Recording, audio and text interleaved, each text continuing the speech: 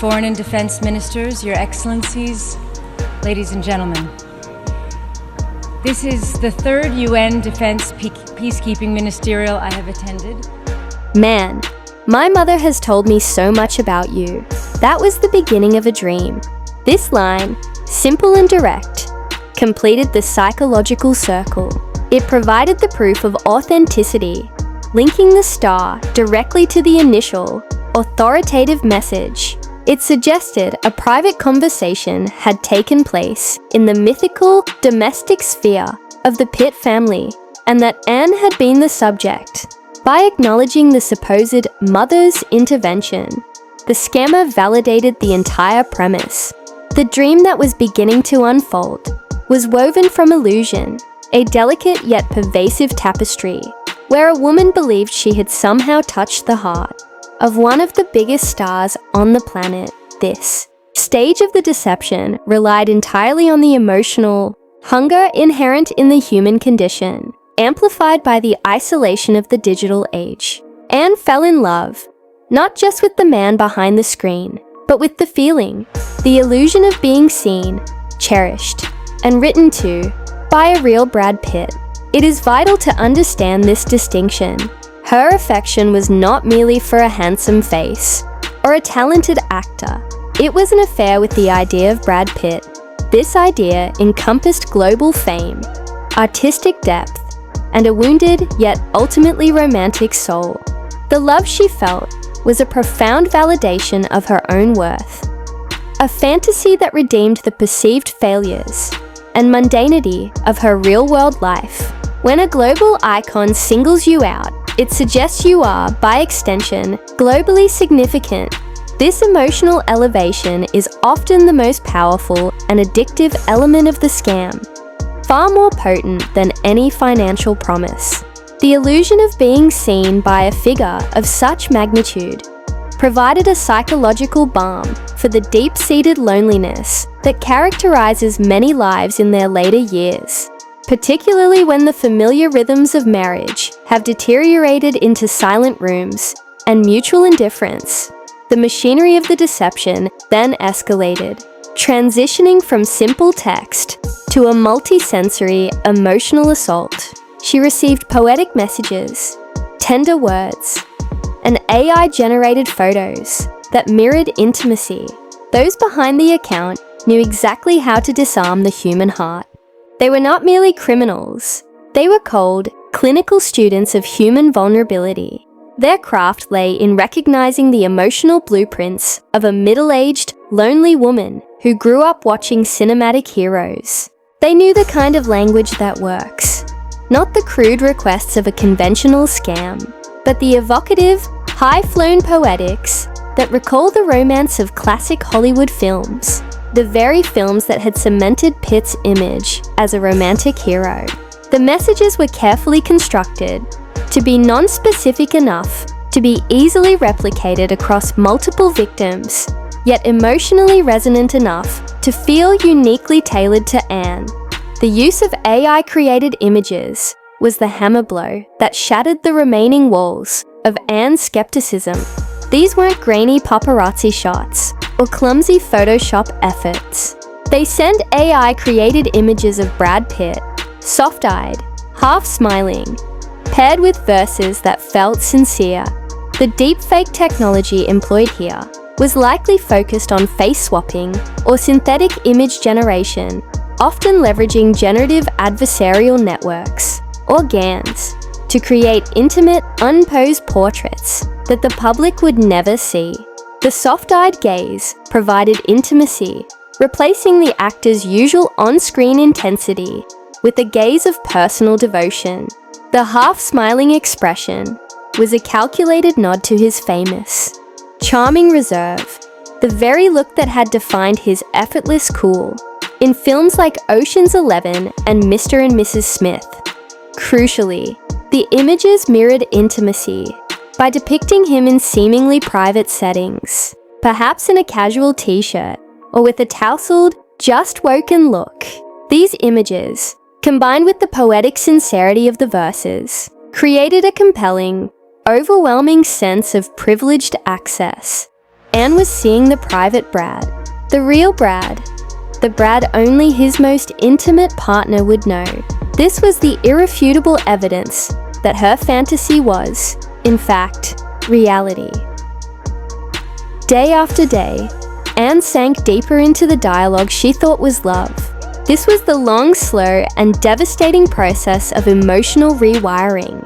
The constant stream of communication established a Pavlovian dependency.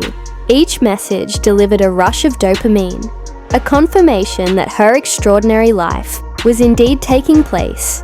The digital relationship became a parallel existence, one far more vibrant, meaningful, and emotionally fulfilling than the life she inhabited in her physical reality in France. She invested time, emotion, and hope, assets far more precious than any money, into the fantasy. The sheer consistency and intensity of the digital attention acted as an emotional anesthetic, dulling the pain of her existing, dissatisfying marriage. Her inner world was now entirely defined by the ping of her phone, the latest picture, the newest poetic stanza, and how strange it is when one longs to be loved. The line between truth and fiction becomes terrifyingly thin. This philosophical observation lies at the heart of all romance scams. Loneliness is a powerful psychological accelerant, capable of blurring the cognitive ability to distinguish between a desired outcome and a likely reality. For Anne, the desire to be loved by a man who represented the epitome of romantic success was so strong that it superseded all rational counterarguments. The improbability of a global superstar seeking out a middle-aged French woman on Instagram was dismissed by the overwhelming emotional proof provided by the daily dialogue and the believable AI images. The thin line between truth and fiction became terrifyingly thin because, for Anne, the fictional reality had become emotionally truer than the physical world around her. The fantasy provided hope, excitement, and validation.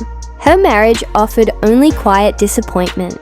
In that agonizing, asymmetrical contest, fantasy always wins, especially when armed with state-of-the-art AI. Anne began to believe that Brad Pitt, the man who once stood on the Oscar stage, who once held Angelina Jolie's hand on the red carpet, was now sending words of love to an ordinary woman in France. This belief was not merely a passive acceptance. It became an active, organizing principle of her life. It required her to rewrite her personal history and to justify the immense contradiction of the scenario. The more extraordinary the claim, the more she had to protect the belief, seeing any skepticism as an attack on her newfound reality. The narrative the scammer provided, a famous man seeking solace and real connection outside the superficial world of Hollywood, was perfectly pitched to the myth of the wounded, introspective Brad Pitt, the one who had experienced public loss and was now looking for something real. Anne became the chosen vessel for this redemption. The contrast was the engine of the belief. The man who had been with Angelina Jolie, the geopolitical icon, was now choosing Anne, the ordinary woman. This felt like the ultimate compliment, the ultimate Hollywood ending. That belief made her brave. In reality, it made her reckless. But in the context of her internal narrative, her actions were imbued with the righteous conviction of a woman finally taking control of her destiny. She divorced her husband, with whom the affection had long faded. This was the moment the digital fantasy exerted its most brutal and tangible effect on the physical world. Her decision was a stunning act of faith, a leap into the void based entirely on the promise of pixels and prose. The divorce was not just a legal severing, it was a cleansing ritual, an attempt to make her real life worthy of the extraordinary man who was waiting for her. Her husband, whose affection had long faded, represented the quiet, crushing failure of her past life. The phantom Brad Pitt represented a dazzling, passionate future. She dismantled her reality to make space for the man she believed was her destiny. The pain and logistics of the divorce were minor costs compared to the agony of continuing to live a lie while true love, her preordained love, was waiting for her. She began to live for the man on the screen, the man she believed was her destiny. Her life became a state of perpetual anticipation. She likely reorganized her schedule around the star's supposed time zones, checking her phone obsessively, responding with the care and devotion of a newly smitten lover. Every mundane detail of her French life, her bakery, her friends, her daily routines, was now merely a holding pattern, a waiting room for the day her destiny would arrive. The man on the screen was now the primary focus of her identity, her future, and her emotional capital. This complete subsuming of her identity into the fantasy set the stage for the inevitable financial exploitation. But the scammers didn't stop there. Having secured her emotional commitment and proven her willingness to upend her life, the con artists were ready to pivot to the financial phase, the ultimate and intended goal of their elaborate psychological campaign. The immense emotional investment, the divorce, the hope, the daily devotion, was merely the cost of entry, the payment required to earn the right to ask for the actual money. The shift from romance to finance had to be as seamlessly believable as the initial approach, and it had to leverage the very persona they had created. The request was introduced not as a demand, but as a secret emergency that only Anne could solve. The narrative typically employed in these high-stakes celebrity romance scams is highly effective because it plays on the public knowledge of the star's complex life. The scammers may have fabricated a story about a secret legal crisis, perhaps a critical legal fee needed to finalize his divorce from Angelina Jolie, which, if not paid immediately, would cost him custody of his children or damage his career arm. For 3 decades, the world has witnessed hundreds of faces come and go across the silver screens of Hollywood. This continuous, relentless cycle is the very engine of the celebrity industrial complex, a machine that thrives on the new, the novel, and the next big thing. It is a world of meteoric rises and equally precipitous falls, where the incandescent glow of a box office smash can fade into the quiet obscurity of a direct-to-streaming release in the span of a few years. Stardom, in this context, is often a fleeting currency, spent quickly in a flurry of magazine covers, talk show appearances, and franchise opportunities before its value inevitably depreciates. We have seen the wunderkinds, the overnight sensations, the character actors who finally got their due, and the matinee idols whose chiseled features promised a new era. They arrive on a wave of hype, their names whispered in casting rooms and emblazoned on posters, becoming, for a brief, shining moment, the center of the cultural universe. Yet, the memory of the audience is notoriously fickle, and the landscape of fame is littered with the ghosts of yesterday's heroes. The industry demands constant reinvention, a perpetual motion that few can sustain. Trends shift, audience tastes evolve, and the very definition of what constitutes a movie star is in a state of constant flux. The faces that once launched 1,000 ships, or at least sold 1 million tickets, can become mere answers in a trivia game, their iconic roles relegated to nostalgic, "Where are they now?" segments. Yet, only a few names have managed to linger in memory, to transcend the brutal ephemerality of their profession and embed themselves into the very fabric of cinematic history. These are the figures who defy the cycle, whose presence on screen feels less like a performance and more like an event. They possess a gravitational pull that holds the audience captive, not just for the duration of a film, but for the duration of a career. They become landmarks in our own lives. We remember who we were when we first saw them, the stages of our own personal histories marked by their filmographies. Names like Tom Cruise, Leonardo DiCaprio, Meryl Streep, and Denzel Washington belong to this pantheon. They are not just actors. They are institutions. Their careers built on a foundation of shrewd choices, undeniable talent, and an almost preternatural understanding of their own mythos. And Brad Pitt is one of them. His name, spoken aloud, carries a weight, a resonance that extends far beyond the confines of a movie set. It evokes a specific kind of modern American masculinity, a particular brand of cool, and a narrative of artistic evolution that has unfolded in the public eye for more than 30 years.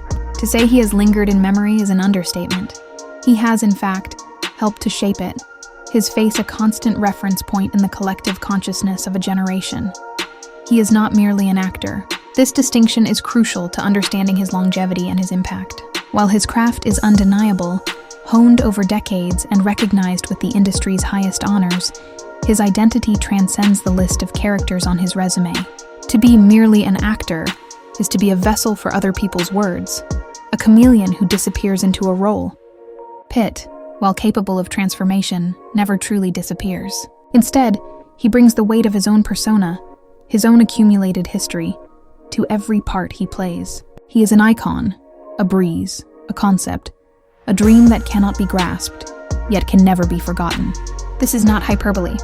It is an attempt to articulate the intangible quality that separates a star from a superstar.